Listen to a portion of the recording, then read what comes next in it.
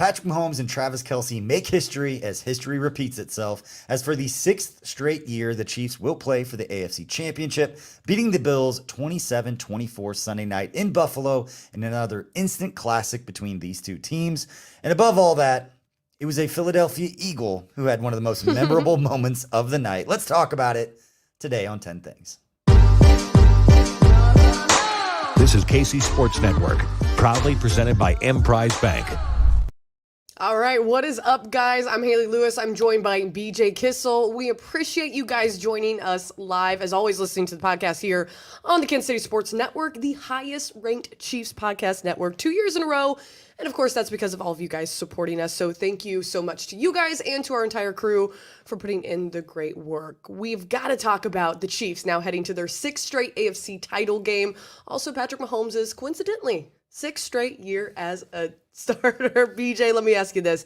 How you feeling after last night? A sigh of relief, because I know we got to do the show together, and in the fourth quarter, both of us were a little like, Yeah. My body literally sensed tension so much that my watch was like, you need to relax. It's like, try relaxing. That's funny. Yeah, and first of all, shout out everybody at Holiday Distillery, everybody that came up and was a part of the watch party that we had up in West End. It was a great time. It was packed, and we got to see an awesome game with awesome food. Thanks to our friends at Mission Taco for catering it up there. But yeah, I think Patrick Mahomes undefeated on the road. We're gonna talk about that storyline now because it was so much was made throughout the week of it being Patrick Mahomes' first road game. But there's so much to break down from that game and just a back and forth affair. And we talked about it as we were on the watch party stream that it felt like whoever was going to have the ball last was going to win that game as we got into the fourth quarter because nobody had really made a stop. Both teams were moving the ball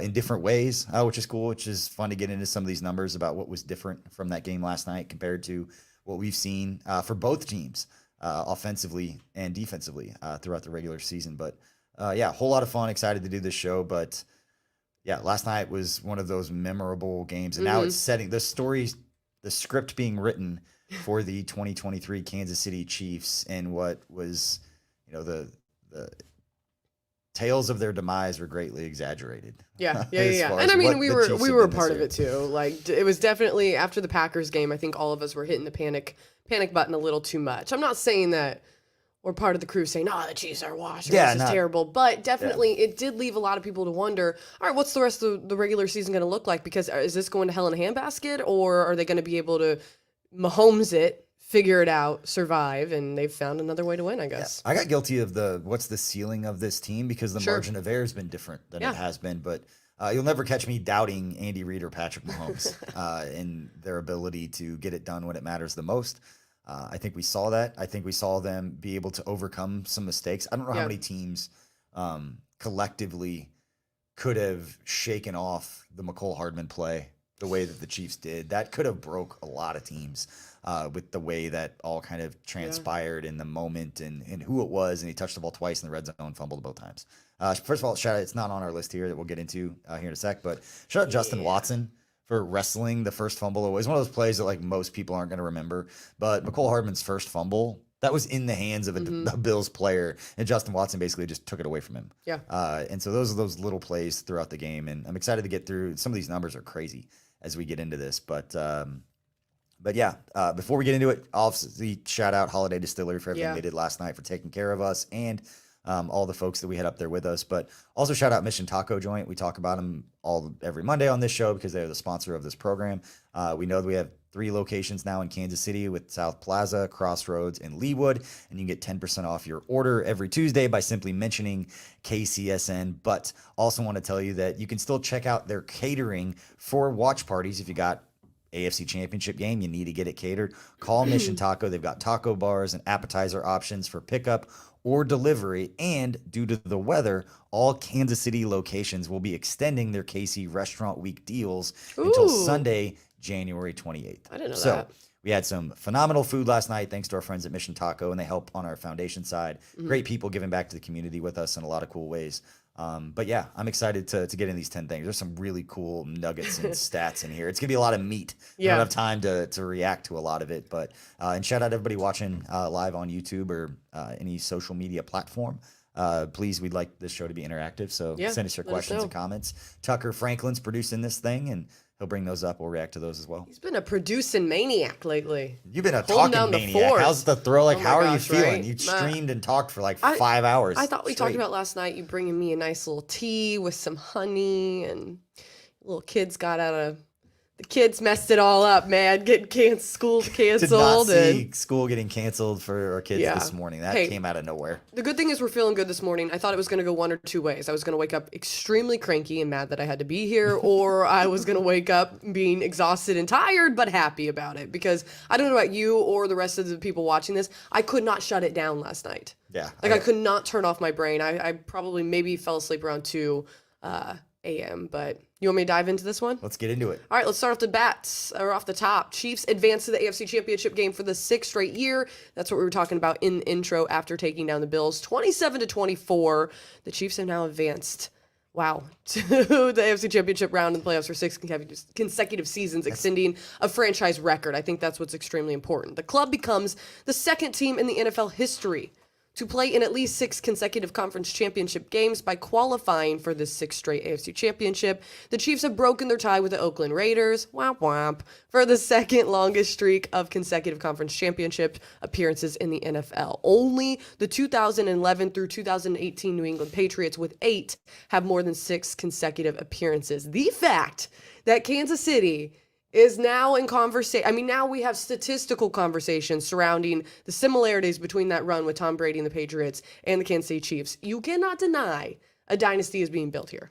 You can't. And I was going to look up the numbers and see how many playoff wins. I'll look at the numbers here in a second after I make this point. But yeah, it is the golden, like we've talked about before, it's the golden age. And that's Yeah. what I love about this show is not just, saying those platitudes and things that everybody's thinking, but really adding the meat to the context of why you can say those things and how you can back them up. It's a lot easier now as these numbers keep stacking up. But 6 straight AFC Championship game appearances. No, this one will obviously be on the road, so slightly different. But again, you talk about the script makers for the NFL.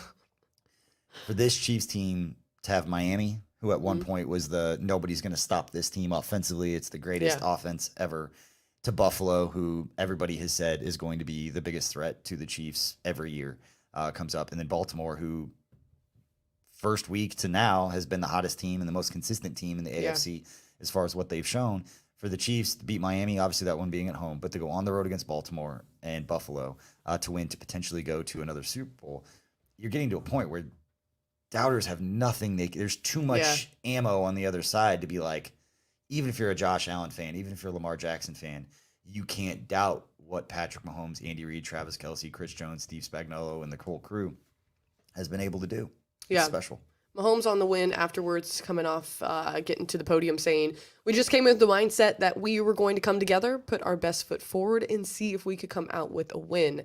That takes mentality throughout the week and execution on every single play. We did a great job of that today. Of course, he said this last night. What I take from that is the fact that he's acknowledging just how much of a, and he does this often, but just how much of a mental battle it is to be able to compete at a high level consistently with a target on your back. I've said this many times. It is not always the most talented. Now, I'm not saying Patrick Mahomes isn't the most talented. I believe that he is. But it's not always the most talented that prevail. It is the ones who can handle the pressure and mentally stay tough throughout this. Coach Reid has even said that constantly. That is such a weight on your shoulders, and for them to be able to execute the way in which they did in the crowd and environment in which they were, getting pelted with snowballs still, and the Bills putting together one hell of a game. Yeah. The Chiefs still won. Yeah, I think for me that's the biggest takeaway, because we talked about during the week that I expected Josh Allen to make some mistakes. I thought this game and all the gravity of it was going to lead to him being so juiced up and so wanting to prove that he's the guy and the alpha on that field, that it was going to lead to him making some mistakes. And to not only his credit, because he showed some restraint, but it was a game plan. It was when we have the numbers that we'll get, I don't want to jump around too much with what they were able to do, but they ran the football a lot. They were bringing a 6th offensive lineman out a lot to try and play a little bully ball, which is weird because on the Chiefs side, again, we'll get into these numbers. We're jumping around. Chiefs kind of did the same thing with 3 tight ends. Yeah. They played 13 personnel more than they have any other game this season. And so going back to the numbers that I was looking up earlier to jump back, contextualizing 6 straight AFC Championship games, between 1970 and 2014, the Chiefs had 3 playoff wins. And now they've gone to 6 straight. What, like 2? Before Wasn't it Andy like 2 Reid. in the 60s and 1 in the 90s? I didn't count since 1970, they That's had insane. playoff wins in 1991 and then 2 in 93 That's the year I was born. before they so. lost to Buffalo. And that's the game that they were Lucky just charm. avenging the loss to Buffalo. Mm-hmm. In the 93 season, that game's played in 94, but the Thurman Thomas running for like 300 yards or something that he did in that game. But yeah. But what you're saying is, it is so it's hard to wrap your mind around.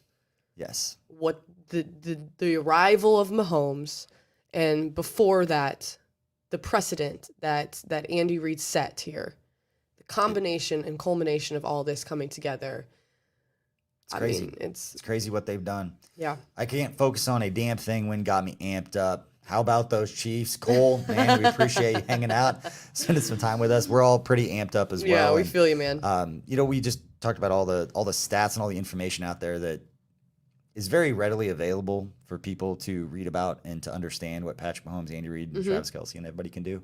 But yet some still find a way to doubt the Chiefs. So our fearless producer, Tucker Franklin's got some graphics that we're going to show, some screenshots. Here you go. Good morning, football. Here are the predictions going into that game. Kyle Brandt, Jason McCourty, Jamie Erdahl, all picking Buffalo. And our guy, Peter Schrager, who has been on the train, driving the train since day one with Patrick Mahomes being on the Chiefs side. So they're 3 of 4 picking against the Chiefs. And then we'll look at the next one. And Jason McIntyre, he's going to have a rough week. He had a lot, a lot of things to say. This one's just personal. Have a rough week. This one's just downright disrespectful. Ranking Mahomes as the 7th best quarterback in the playoffs leading into the divisional round. Only above Baker Mayfield, trailing Jared Goff, Jordan Love, CJ Stroud, Brock Purdy, Lamar Jackson, and Josh Allen. And not that those aren't great players, but we're talking about Patrick Mahomes. Yeah. And so you got that. And then Dan's A-list, scariest remaining quarterbacks in the playoffs in the divisional round, had Patrick Mahomes at number 3 behind Lamar Jackson and Josh Allen. Not Dan. I like Dan. I'll give Dan not a slide, but Josh Allen and Lamar Jackson are very dangerous, scary quarterbacks to face. And Patrick Mahomes hasn't had guys making consistent plays around him until playoff MVS showed up.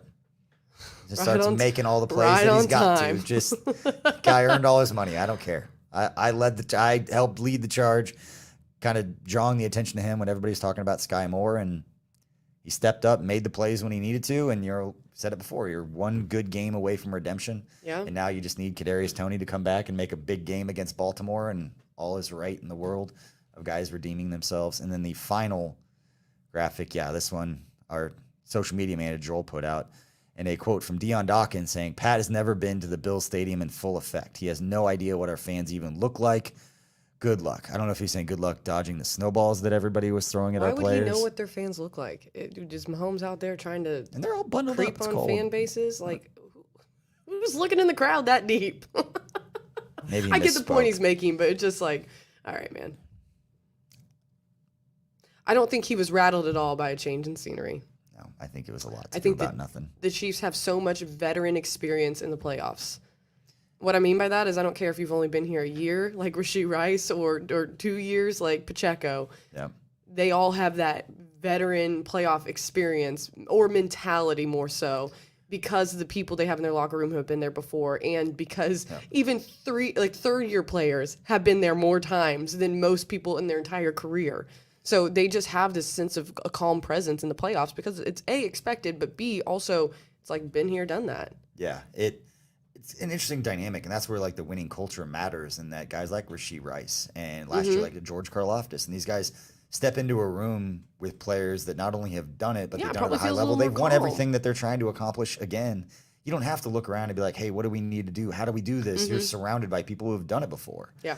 And that just, not that the players wouldn't fall in line, it couldn't fall in line after the fact, and believe that that you have the right path and the right leadership and everything to get you there. With Chiefs, you don't have to worry about that at all. Do you know someone who's done it before? Andy Reid. I was trying to set you up, man. You looked like I was giving you a softball I know there. of them. I'm not going to pretend that I know these guys. I was around them a little bit. Yeah, Andy Coach Reid. You got it. You sure? You take it. I'm going to take a little breather. Another AFC Championship game for Coach Reid. Head coach Andy Reid has now reached the conference championship game 11 times as a head coach, 5 with Philadelphia, 6 with Kansas City.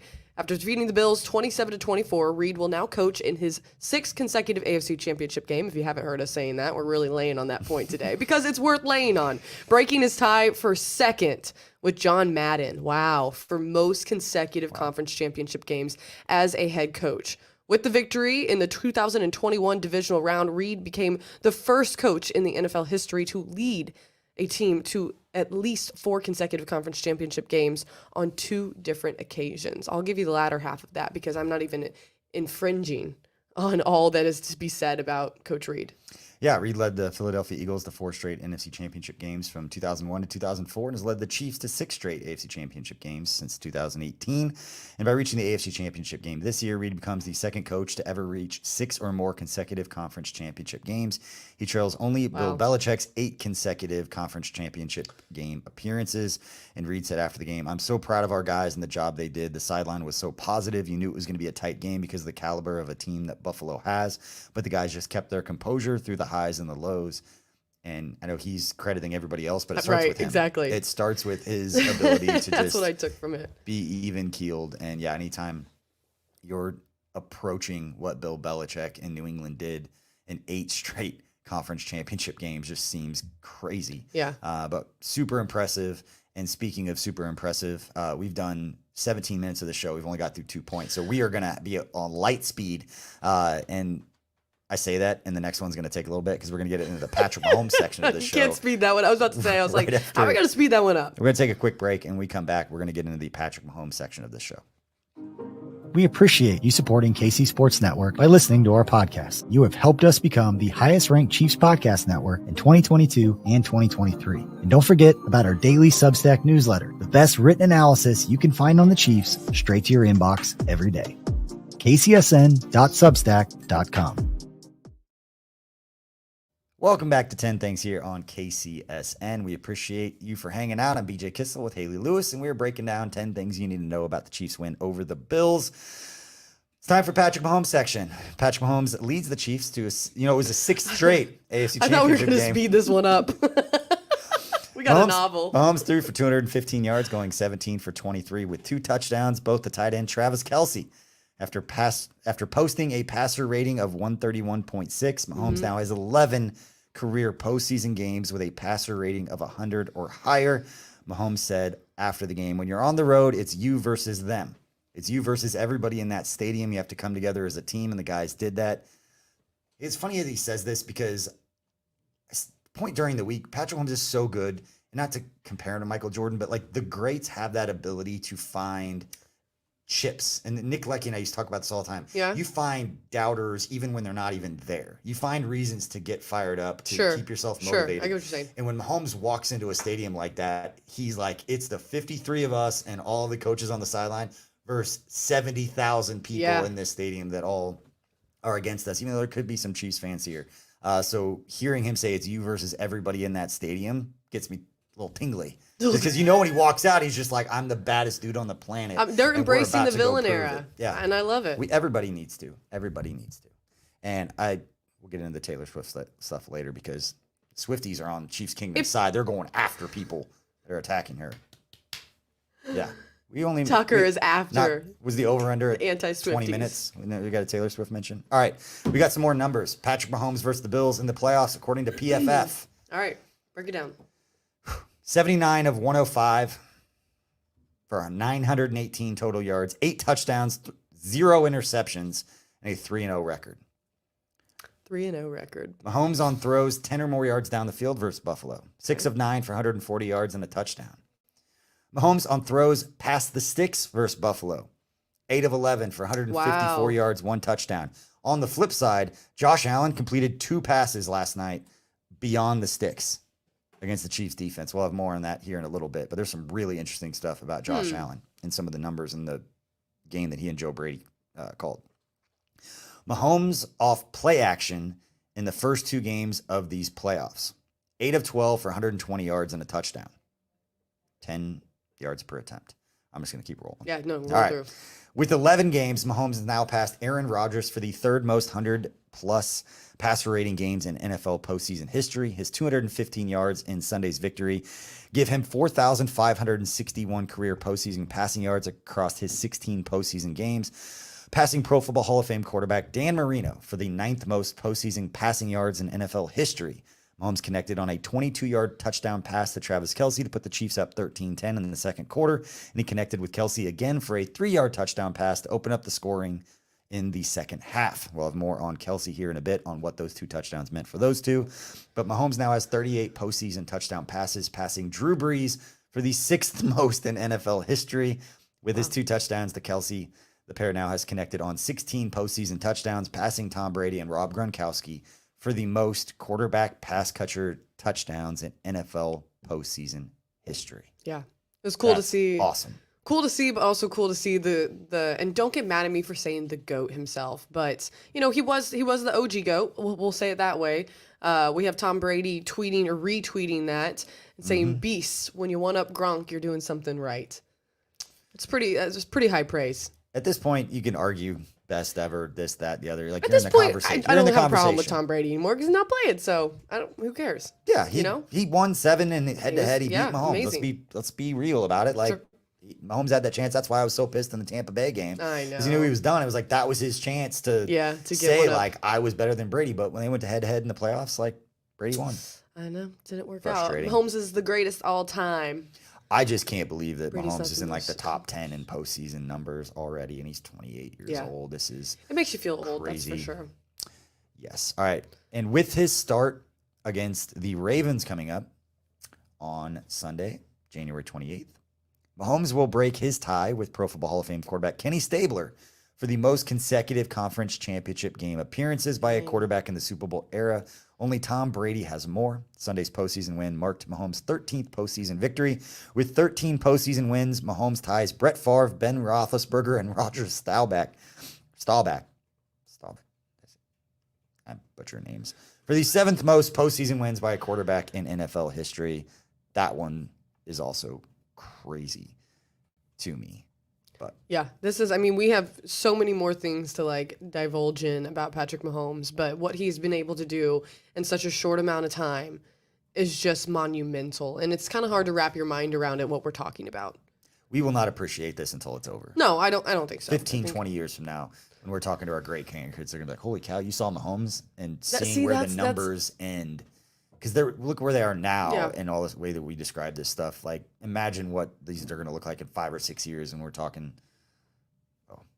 it's exciting. Yeah, it is. All right. You know what else is exciting? We have a lot of next-gen stats coming at you right now. We're just going to list them off. On Sunday night, Patrick Mahomes completed all 3 of his deep passes for a total of 84 yards. His most deep pass completions in a game this season. I don't think that's terribly surprising. Mahomes completed 6 of 7 passes versus man coverage for 102 yards and a touchdown. He also completed a season-high plus 7.6% of his passes over expected. That's what I love. I was not expecting any of that. That has been the opposite of what we've seen. Yeah, exactly. Where you just had drops left and right, and it's amazing what they can do when the guys around him start making some plays. Now, this was the second game since 2022 where Patrick Mahomes threw at least 3 deep completions. That's surprising to me, although we've been paying attention to this stuff. He's not been throwing the ball as deep as we've seen lately, or at least over the past several years. Mahomes threw for 3+ deep completions in 23 of 73 games from 2018 to 2021 with Tyreek Hill on the roster. It's 31.5% of games, whereas going back to what we've seen over the last 2 years, just 5.3% of games, as it's only happened twice. Here's the interesting stuff. We talk about how the Chiefs game planned against Buffalo and what Andy Reid, Matt Nagy, the whole offensive staff, their goal and game plan to have success against this Bills defense. And you can see it right here. The Chiefs used multiple tight end personnel groupings on 61.9% of plays in the first half, their highest rate in a game since 2018. So I don't know if it was keeping them in nickel or dime. I'll let the lab guys break that kind of stuff down.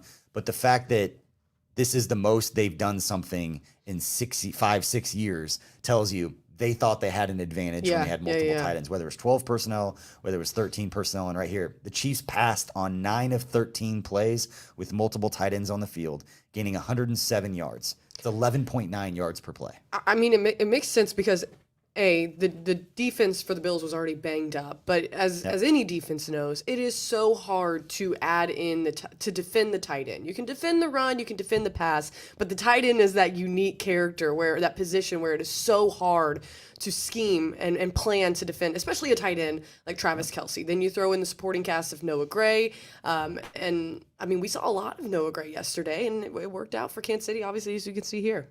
Yeah, and we'll sit here and talk about Mahomes and Kelce, and we'll continue to talk about Mahomes and Kelce throughout this show. But we got to make a mention of the offensive line and how well those guys play, because not only did they pave the way for Isaiah Pacheco to pick up some chunk plays in the running game, which we've got some more nuggets on that later. A couple people got banged up, too. And per next-gen stats, Ed Oliver and Daquan Jones, the two interior rushers for the Buffalo Bills, have had a lot of success this year, were held to 0 pressures on 38 combined pass rushes. Oliver's first game without a pressure since week 13 of 2021. Jones was double-teamed on 12 of 17 pass rushes, almost 71% of the time, while Ed Oliver had 10 one-on-one matchups versus Joe Thuney. And Joe Thuney won every single one of those matchups. And for context, Ed Oliver had 65 pressures on the season for the Bills. It was the most on their roster. Daquan Jones, he only played in 7 games, but according to Pro Football Focus, he was their highest-graded pass rusher. So, again, their 2 best pass rushers based on quantity and quality on the season. 0 pressures. Shout out Creed Humphrey, Trey Smith, Joe Thuney, the entire interior of the offensive line. You know, tackles are going to help when they stunt and do different things. So that entire group up front got it done in keeping Patrick Mahomes clean, allowing him time to deliver the ball down the field for some of those chunk plays, but also for getting the running game going. And Isaiah Pacheco was talked about during the week because he didn't play in the game in week 14 against the Bills. He was a difference maker, and it started with the dudes up front. Yeah, it was impressive all around. And when we talked about that, a lot of the injuries last week, that of those people who came back, and I think just collectively after hearing all that you rattled off. It's a long novel, but it really just tells you how cohesive the team is becoming at the right time, right? They're hitting, and I know that this is such a football cliche to talk about, hey, they're playing hot at the right time and it's down the stretch, but sincerely, if you look at these stats, you can see how this team is just really blooming at the correct time, and everyone, the collective effort is just coming together. Absolutely. All right, we're moving on to the Travis bloom. Kelce. We'll go with it. Blooming. In his 20th career postseason game, Travis Kelce had a big day. Yeah, he did. Hauling in 5 catches for 75 yards and 2 touchdowns. His 2 touchdowns from Mahomes marked the pair's 15th and 16th touchdowns this season that we talked about earlier, passing Tom Brady and Rob Gronkowski. And according to PFF, Travis Kelce had a perfect 158.3 passer rating when targeted versus the Bills in Sunday night's game in the divisional round. And Patrick Mahomes had this to say on the accomplishment after the game. Passing any milestone that includes Tom Brady and Rob Gronkowski is special because those are 2 of the greatest players, and Tom is the greatest player of all time. To be mentioned among those guys and to pass them is something that you appreciate. It speaks to Travis, his work ethic, and his ability to make plays in big games. Patrick Mahomes just always says the right thing. I know. He's usually a walking soundbite, usually giving you everything you need. Either of you might know this before, but I remember hearing this last night. It's been a while since Travis Kelce has scored not only just 2 in a game, but 1 touchdown in a game. And I'm trying to find that real quickly here on recent games. But Tuck, do you know that off the top of your head, how long it's been since he scored an actual touchdown? Gut reaction is Bears. Really? But I think he's probably scored since then. But that's my gut reaction. That's okay, let me figure out. So, receiving touchdown. Philly on November 20th. And then before that, LA on the 22nd of October. So it had been 6 games since he had actually, seven games since you include the Miami. Just keep rattling Dolphins. off games that Kelce scored so Tucker's face can just keep going like, oh man, I forgot about all this touchdowns. Here, I will say before LA though, it was Minnesota and then it was Chicago. I was close. I put you on the I was spot. You were close. 3 He games missed the off. 3. Yeah, so I was just close. But anyways, yeah. it's been a long It's been damn a minute. time. It's been a minute. But And then he puts up 2 in the playoffs, and the connection between him and we were the thing that Sean Barber kept hitting on was the unspoken connection and chemistry that these two have. That we've seen on the sideline, even saying between each other, Mahomes or Kelce comes over and he's like, "You didn't even know I was going to go that way. Why did you throw it that way?" He goes, "I just knew." Like they just have this telepathy. Is that a word? That's a word, right? Something like that. why they're the best ever in the postseason. Connections. But you know what's sad? Haley, it's kind of sad. What? As much as we're sitting here talking about them having the most touchdowns and Travis Kelce having 2 touchdowns in the playoffs and passing Rob Gronkowski and all of that, when it comes to the Kelces and what was trending on Twitter and all the accomplishments on the field, it gets completely over. Everything Travis did was completely overshadowed by his brother just having an absolute hilarious all-time type moment. You see the picture right there. Apologize if you're watching the audio. Go Google it. You know what I'm talking about. Where he basically jumps in front of Taylor Swift, I think is what's going on, with his shirt off and just celebrating after Kelce's touchdown. That was the moment of the game for me, and it was from a Philadelphia Eagle. I think his daughter's reaction was everything. His daughter or I think it was his wife who showed the tweet from her mother that their daughter said, "Mommy, like Daddy's boobies are out." Like everyone is seeing it. I thought it was so funny. Their family. When you watch the Kelce documentary that they had, it's hard as a Chiefs fan not to fall in love with Jason Kelce and his family and what they've been, doing. But it's just he's hilarious. Keeping Up with the Kelces Yes. type reality show now that he's done playing, following Travis and their careers as Jason just continues to build an absolute mammoth of a podcast, number 1 podcast out there. There you go. But crazy. All right, let's move on to number 5. Rice keeps on rolling. Rashee Rice recorded 130 receiving yards in his first postseason appearance last week in the wild card round. But then, of course, last night, Rice followed it up with another solid performance, catching 4 passes for 47 yards. In his first 2 postseason appearances, Rice has amassed 177 receiving yards. His 177 receiving yards are already the most by any rookie in a single season in Chiefs history, and it's now the 8th most receiving yards by a rookie in a single postseason by a rookie in the NFL history. So if you followed all that, he's doing pretty good. With 41 yards after the catch, Rice now has 118 yards after the catch this postseason. Wow, okay. The most by any player this postseason, only trailing wide receiver Jamar Chase. For most postseason yards after catch in a single season as a rookie in the NFL history, Rice's 118 yards after the catch are the 7th most in Chiefs history, regardless of the position or years in the league. That's impressive. I was doing the math. He gets 70 yards against the Ravens. He's not going to catch Jamar Chase until they get the Super Bowl and he goes off. Right. But he could pass Torrey Holt and have the 2nd most receiving yards in postseason history for a rookie. That's wild. Special. Shout out Brett Beach. I feel like in the beginning, it was like we saw these little glimmers and we're like, okay, this might be the guy. And you kind of saw him start to settle into the playbook, start getting that experience. And again, Sean Barber was saying this all last night, give him enough time. It takes so long for it to become second nature, where you're not so focused on the route that you can't think about calling an audible midway through it and making a shift. And we're starting to see that from him. He's starting to make those plays where it's like, hey, the play didn't go perfectly according to plan, but you still were a playmaker and went out there and got something done. Absolutely. Let's talk about another young player that was getting done as a skill player on the offensive side, and that's Isaiah Pacheco. He rushed for 97 yards on 15 carries and had a 4-yard rush into the end zone for what ended up being the game-sealing score in Sunday night's win. Pacheco now has 383 career postseason rushing yards, the 3rd most in franchise history, just 3 behind Marcus Allen for 2nd, and his 97 yards rushing on Sunday were the most in a postseason game in his career. His longest rush of the night of 29 yards was also the 2nd longest rush of his postseason career. Pacheco added 1 catch for 14 yards to his performance, giving him 111 scrimmage yards. It was his 2nd postseason performance with at least 100 yards from scrimmage. His other came in the divisional round last season, where he put up 101 yards against the Jaguars. And according to Pro Football Focus, Pacheco has 6 rushes, gaining 10 or more yards in these playoffs, which is tied with the Green Bay Packers' Aaron Jones for the most. And per Next Gen Stats, as I was talking about earlier, Chiefs used 13 personnel, which means 3 tight ends, 1 receiver, on 11 plays in their divisional round victory over the nickel-heavy Bills, gaining 95 yards on those 11 plays for a 63.6 success rate. It is the highest 13 personnel rate for the Chiefs since 2016. 7 years, they've never used that often of a personnel grouping in 13 personnel.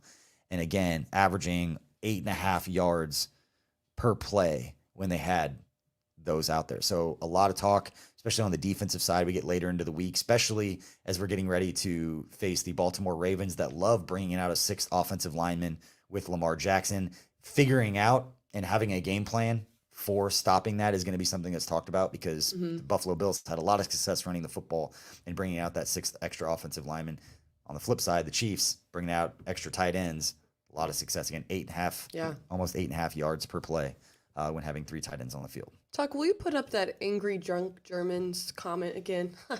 Angry drunken, my bad. Angry drunken. Yes, I love the 12 and 13 personnel. They clearly wanted to get Gray more involved as well. Love it. I think we can agree too. We loved it. We loved the results as well. So happy to see that it's making Chiefs Kingdom happy as well. That's where you just get into the matchups. Like, that's where the advanced scouting, the quality control guys, the position coaches, the scouts who look ahead on this stuff, somewhere in there, and we probably never know. But I would really like for, a beat writer, ask Nate Taylor to ask the question of, who was it that helped you figure out the game plan that you guys felt like you had such a strategic advantage with 3 tight ends on the field and having a base-ish type defense for the Bills out there. Felt like they had an advantage, and they were right. Yeah. And a lot of times, as much as we talk about Andy Reid and all of that, there's somebody behind the scenes that was watching a lot of film, crunching a lot of numbers, that something clicked for him, and it was presented and discussed. And I have no reason to believe this other than I know kind of the process, how stuff works, that somebody in the Chiefs organization that won't get enough public credit for what they did is going to be standing on the sideline celebrating, and no one's going to know who they are. And it's like, that person deserves a lot of credit. Absolutely. All right. Before we move on to the next one, we're going to get a little word from Tuck here. Oh boy, Tuck. This is our your friends moment. over at DraftKings. Yeah, DraftKings Sportsbook, an official sports betting partner of the NFL playoffs, is bringing you an offer that'll help make the playoffs electrifying. New customers can bet $5 on any game and get $200 instantly in bonus bets. Looking at the line already, Chiefs plus money again, so you can go ahead and make yourself some money. I believe they're plus 140, has 3.5-point dogs going on the road, facing those Baltimore Ravens, and you can get on that action by downloading the DraftKings Sportsbook app now and using code KCSN. New customers can bet just $5 to get $200 instantly in bonus bets, only on DraftKings Sportsbook with code KCSN. The crown is yours. Gambling problem? Call 1-800-GAMBLER or visit www.1800gambler.net. In New York, call 877-8-HOPE-NY or text 467-369-HOPE-NY. In Connecticut, help is available for problem gambling. Call 888-789-7777 or visit ccpg.org. Please play responsibly. On behalf of Boot Hill Casino and Resort in Kansas, 21 plus age varies by jurisdiction. Void in Ontario. Bonus bets expire 168 hours after issuance. See dkng.com/football for eligibility and deposit restrictions, terms, and responsible gaming resources. I'm not going to lie. You crushed that. That was good. Do you know I have it memorized? Do you really? Yeah, I actually was driving in the car the other day and I said the whole thing. I saw a DraftKings billboard and I saw DraftKings Sportsbook, the crown is yours. It triggered and I just rolled into it. And I was like, wow, That's I did not know I had it memorized. Oh my gosh. That's Well, you really set I've read it it. up, so I've read it a lot. So proud of you. Thank you. Seamless. Cramp. Can you read 7? Yeah. I'm struggling over here. Live count. Crap.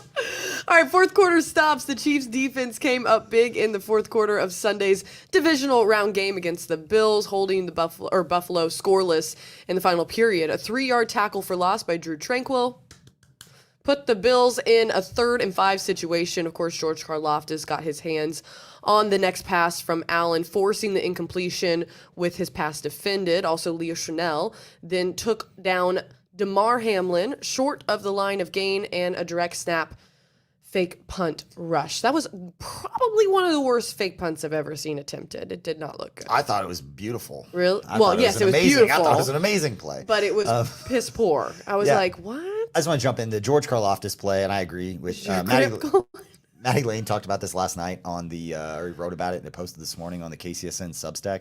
Make sure you subscribe to the KCSN Substack. It's the one thing that we have with the company that's behind a paywall. It's $30 a year for the KCSN daily newsletter. It'll be sent straight to your email. But Maddie talked about last night that the Karlaftis getting his hand on that play was the biggest play. It was the turning point in the game for the Chiefs. And again, talk about the touchdowns and the big plays and the Kelce and all that stuff, like plays that we should remember. George Karlaftis getting his hands on that ball, that was kind of where things started to sway. That was the first kind of break in the back and forth. Whoever's going to get it last scores. And Chiefs needed some stops, and they got him. What I thought was interesting about that also is that after George Karlaftis did that, he wasn't like a huge celebration. He kind of just did it and walked off, and he was like, "All right, let's go. Like this is it. Let's lock in." And I was like, "All right, like okay then, here we go." It just kind of ends you as the other team because you're like living and dying on every big play, and then a second-year player makes a play like that and walks off like, "This is what we do." All right. After the Bills got the ball to the Kansas City 27-yard line on what would be their final drive of the night, the Chiefs defense put their foot down again. On first down, Mike Pennell and Drew Tranquill stopped Bills running back James Cook for a 1-yard gain. Speaking of that Substack, Craig Stout had this stat in there last night. James Cook had negative 6 yards in the fourth quarter of the game last night. Really? Yeah, crazy. On first, just read that. The Chiefs then forced back-to-back incompletions, including a quarterback pressure by Charles Omenihu on third down, forcing the Bills to attempt a 44-yard field goal. Bills kicker Tyler Bass, never have to buy a drink in Kansas City, missed the kick wide right, and the Chiefs were able to run the clock out on the 27-24 victory. There's two players that that never played for the Chiefs that shouldn't have to buy a drink in Kansas City. Ryan Fitzpatrick will always be one, and then Tyler Bass now. Sorry, bud. You can get free barbecue. We'll send you some. Yeah, for real. You probably need some. It's probably too soon. Bring up the spirits. People were sending money on the stream last night, like little tips to Tyler Bass. It's like, y'all are wrong. $2. Do you have a foundation? $2 super chats is what we're being sent. Yeah. I love this quote. Yeah. Patrick Mahomes after the game. I went over to the defense in the fourth quarter and I told them, if you guys shut it down, we'll win this game and go to the AFC Championship. That's what they did. Put that on your bulletin board. Why didn't you go tell him to do that every other game? No, but we've seen it. We've seen it this season. We've seen Mahomes say this after games multiple times. He's like, I have leaned on the defense and been like, go finish it for us. And, they were able to. They're standing out, doing great. You want to talk about some of the key people who stood out? I'm going to rattle off 3 defensive standouts real fast. Alrighty. George Karlaftis made his presence felt all day. On a 3rd and 5 early in the fourth quarter play we just got done talking about. He batted the pass down from Josh Allen at the line of scrimmage, causing a 4th down for the Bills. Karlaftis contributed to a negative play for the Bills in the first half with a tackle for loss and a rushing attempt by James Cook. In all, Karlaftis had 4 tackles, 2 of which were solo, a tackle for loss, and a pass defensed. Nick Bolton. In back-to-back playoff games, Nick Bolton has led the Chiefs defense in tackles with 10 last week against Miami and 13 this week to help seal the victory. Bolton recorded 5 solo tackles in Sunday night's 27-24 win over the Bills, a new single-game postseason high for Bolton. Sunday's double-digit performance marked Bolton's 3rd postseason game in his career with at least 10 tackles, the most such games in franchise history. I don't know if that's awesome or it's just kind of sad with the history of the Chiefs. That's another one of those. They don't really quite know how to feel about it. You haven't played in a lot of postseason games where you had success. I'm really sorry. I got distracted because I was on Twitter and a Bills fan tattooed Bills with the Super Bowl on him, and he's in the stands shirtless crying. I'm sorry. The broadcast last night that cut to the one guy that was just like the Bills fan that was crying. I always feel bad for those people because he's just going to be a meme forever. He says, I'm speechless, bro. And he has a Bills Super Bowl win. Wow. Anyways, I'm sorry. Go back to the meat and potatoes, but that's why I was not paying attention. It's bad tattooed, too. Right. Chris Jones knocks it out. Defensive tackle Chris Jones knocks the ball out of Josh Allen's hand on a rushing attempt in the fourth quarter. It was Jones' first career postseason forced fumble, and Jones tallied at 3 tackles, 2 of which were solo, a pass defense, the quarterback hit, and a forced fumble. Thought the most impressive play that Chris Jones had, they got into, I don't know if it was quite into the red zone, but it was in shot territory on I think it was like a deep post or something, where Josh Allen wasn't able to step into the throw because Chris Jones took Deion Dawkins for a ride, basically threw him into Cancun. Is what Chris Jones did on that play. But basically just bullied him all the way back into Josh Allen's face. Josh Allen wasn't able to step into the throw and ended up being a little bit short. And that's another one of those throws. And you watch the way that the route kind of developed at the very end of it, where if Josh Allen was able to put more on that throw and get into it, he was going to be open. And so I think Chris Jones saved a touchdown on that rush right there. And another one of those plays that can't forget. And looking at quarterback pressure since week 14, according to Pro Football Focus, Chris Jones, 35. Yeah. Next, George Karlaftis, 18. And 18 is not bad. Chris Jones, I think he had like 34 of those in week 18 trying to get his bonus against the Chargers. Just completely not playing the run at all. Literally just trying to get his money. eating himself. And it was one of those fun moments throughout the year. But also, Trent McDuffie's the highest graded cornerback remaining in playoff teams, according to Pro Football Focus. And here's the one, Haley, that I thought was most interesting about this game. It's a stat from Pro Football Focus. Or, excuse me. This stat is from Next Gen Stats. Okay. Josh Allen completed all 16 of his passes thrown behind the line of scrimmage, tied for the most completions behind the line of scrimmage in a game in the Next Gen Stats era. Allen completed just 10 of 21 passes beyond the line of scrimmage for 95 yards and a touchdown, only 2 completions past the sticks. 21 passing attempts for Josh Allen and the arm strength and all the stuff we talked about for 95 total yards. So less than 5 yards per attempt for Josh Allen on balls beyond the line of scrimmage. He was checking it down, short passes in and around the line of scrimmage. Just a very interesting game plan. Extra offensive linemen not throwing the ball down the field.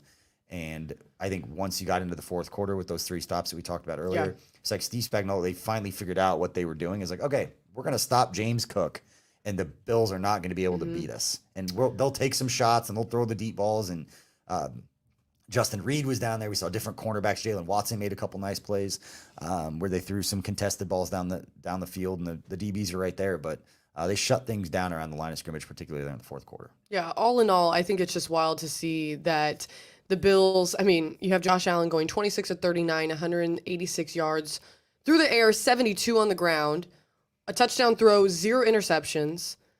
They have the ball for 37 minutes, almost 15 minutes more than the Chiefs had the ball, 27 first downs, 0 turnovers, and they lost the game. They gave it everything they could. They had a great, I mean, honestly, it was you were talking about some of the differences, but I mean, they put up a good try, and Kansas City was still able to beat them. Good effort. Yeah. Good try, good effort. Good job, Good kiddo. luck next year. Good luck. You gave it your best. I also just realized, if you want to finish some points it's just there, a negative. but It's just the last point that we have here, and then we'll answer any questions anybody's got in the chat as we wrap this one up. Again, appreciate all for hanging out, but this is one negative thing, and we'd be spending a lot of time talking about this if this hadn't happened. There was one player on the Chiefs roster that was more excited about that victory and the way that it transpired in the fourth quarter above anyone else, and that was McCole Hardman. Yeah. Not that anyone's going to forget McCole Hardman.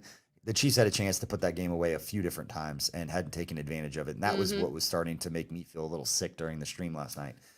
But I thought this stat was interesting from Next Gen Stats that when Jordan Poyer forced the fumble from McCole Hardman at the 1-yard line, that the fumble that went through the end zone that resulted in the Bills' touchback, the Bills' win probability after that play increased from 17.4% to 40.9% as a result of that one play. It was a plus 23.5% chance of the Bills winning that game because of one play.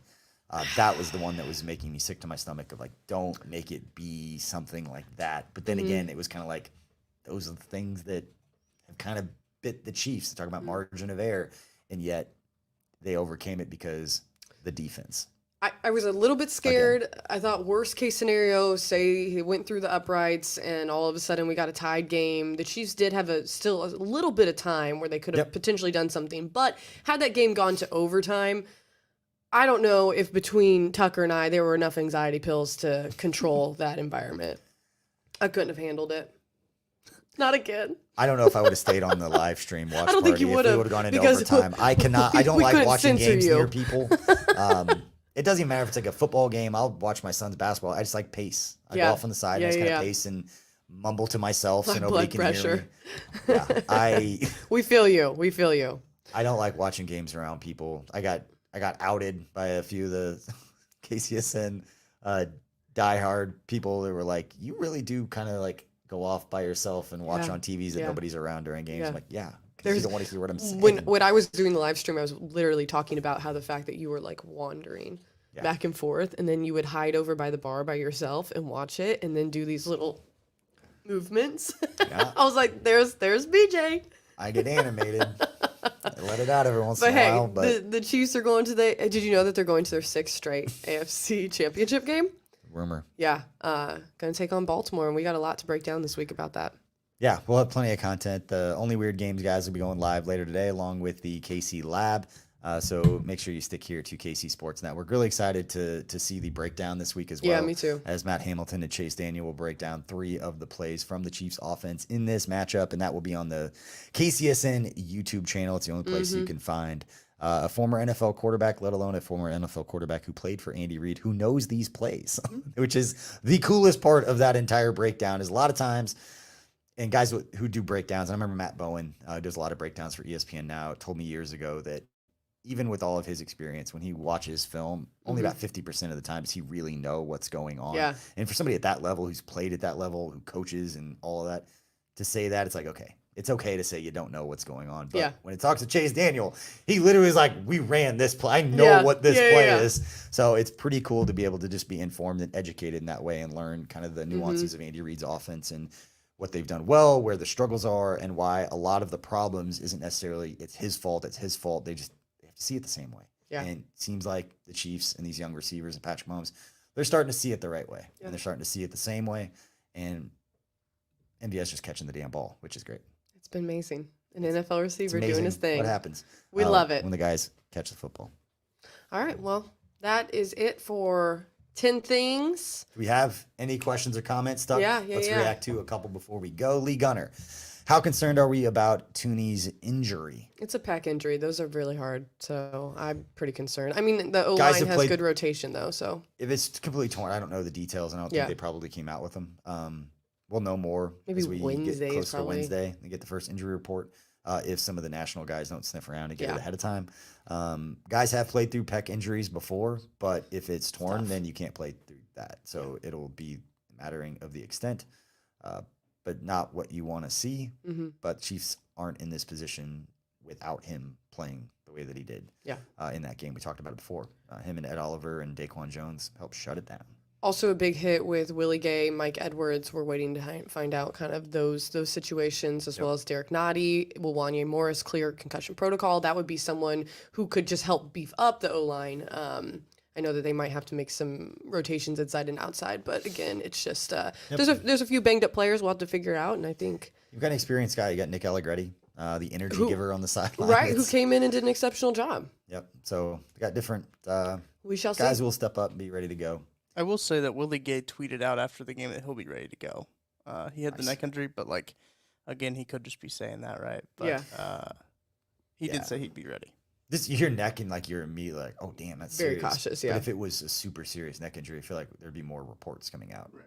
Agent, different people would be putting stuff out there, expressing concern for his well-being, all that kind of thing. So, anyway, we'll have more. Obviously, getting you prepped. And Angry Junk in German, where do you feel this victory ranks versus other playoff victories the last 5 years? That's a great question that I'm not prepared for right now. I would say it's up there, but I mean, it's not going to be the 13-second game for me. That's probably my favorite game that I've ever watched. The Houston or the Titans game. I would say it's here's the awesome thing. We have so many good games to pick from that this probably ranks mid for me. I think somebody said that going into the game. Which is crazy. It's not a knock on Josh Allen, but somebody said this is the biggest game of Josh Allen's career going into it. And it's it probably was not a top 8 game for Patrick Mahomes. And that sums it up. That does again a luxury. Tuck, do we have any more comments? We're gonna wrap this thing up. All right, let's wrap this show up. Again, we appreciate all you for hanging out, whether you're watching live or listening to the podcast or watching the video after the fact. We appreciate your support, and we know that everything we've done over the last 3 years at KCSN wouldn't be possible without all of your support. So we appreciate you. If you liked a lot of this information, you can get a lot of this stuff in written form every day on the KCSN Substack. So you can subscribe to that. There's a link in the description of both the podcast and the YouTube that will send you to the Substack and get all that great stuff. And special shout out to Mission Taco Joint for taking care of us last night with the tacos. And Holiday. Everybody at Holiday Distillery. And KCSN is going on the road later this week as the lab guys, myself, Tucker, and some other people we'll get to later. We'll be going down to Dallas to cover the East-West Shrine game again because it wouldn't be Chiefs playoffs if we weren't on the road for the AFC Championship game while we were covering the Shrine Bowl. But we'll be doing all the same great content. Just be doing it down from an Airbnb in Dallas. So appreciate everybody for hanging out. Can't wait for the stories. It's going to be great. It's going to be great. See you later.